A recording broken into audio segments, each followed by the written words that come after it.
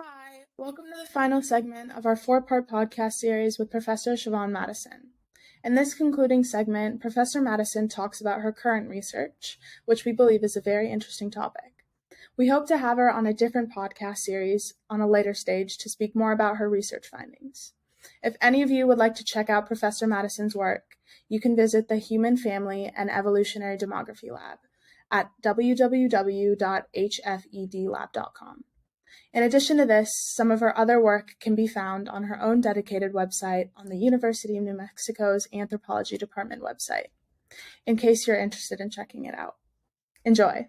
I know that we barely scratched the surface of your research in this time, but is there any other research that we didn't touch on that you would point us towards? I know you mentioned you have a new project that you're looking to start working on that you'd be comfortable with sharing?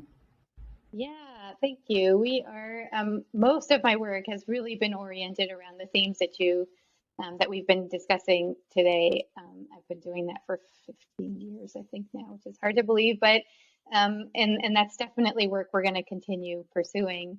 But right now we're actually starting a new project on adoption and fosterage.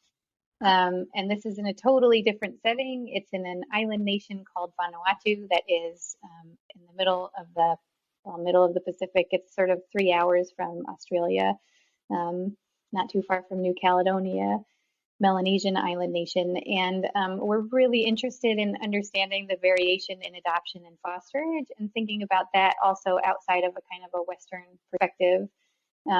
Thinking about the various reasons that people move children around, which I think is safe to say is much more common in other cultures than it is here, and also often a lot less formalized. So like kids hang out with their aunts and their uncles, and they might do that for 2 or 3 months or a year, and it's not a big deal, and it doesn't necessarily involve the same kind of formality that it does here. And we're really interested in that and in the variation in that, and then what the consequences of adoption and fosterage are for kids, and whether it varies, sort of depending on the reason that you're engaging in it. So, like in the States, a lot of the research that's been oriented around children here in a public health kind of a literature, again, we'll frequently find that adopted kids don't do as well as biological kids that are reared in their same natal households, that are raised in their natal households. And I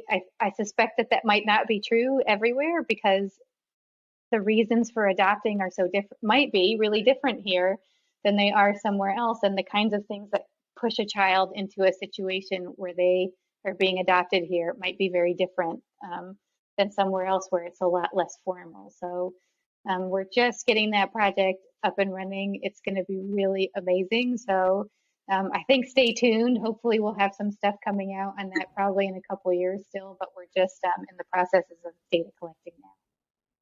I'm looking forward to it already. Wow, that sounds amazing. Yeah, thank you. I mean, it's just another one of those topics where people feel like it's an unusual, if not kind of aberrant behavior that we're trying to explain in a different way, I think. I'm looking forward to it. I'll stay tuned. I'll be looking out for that in the next couple of years. If anyone else is interested in Professor Mattison's other works on her UNM and lab homepages, we'll be sharing links on our podcast website as well. Yeah, thank you so much, Professor Mattison. It was really wonderful to have you. That was a very enlightening conversation. Thank you so much. I really, again, I'm honored to be here, and I look forward to hearing the other podcasts in your session. So thank you.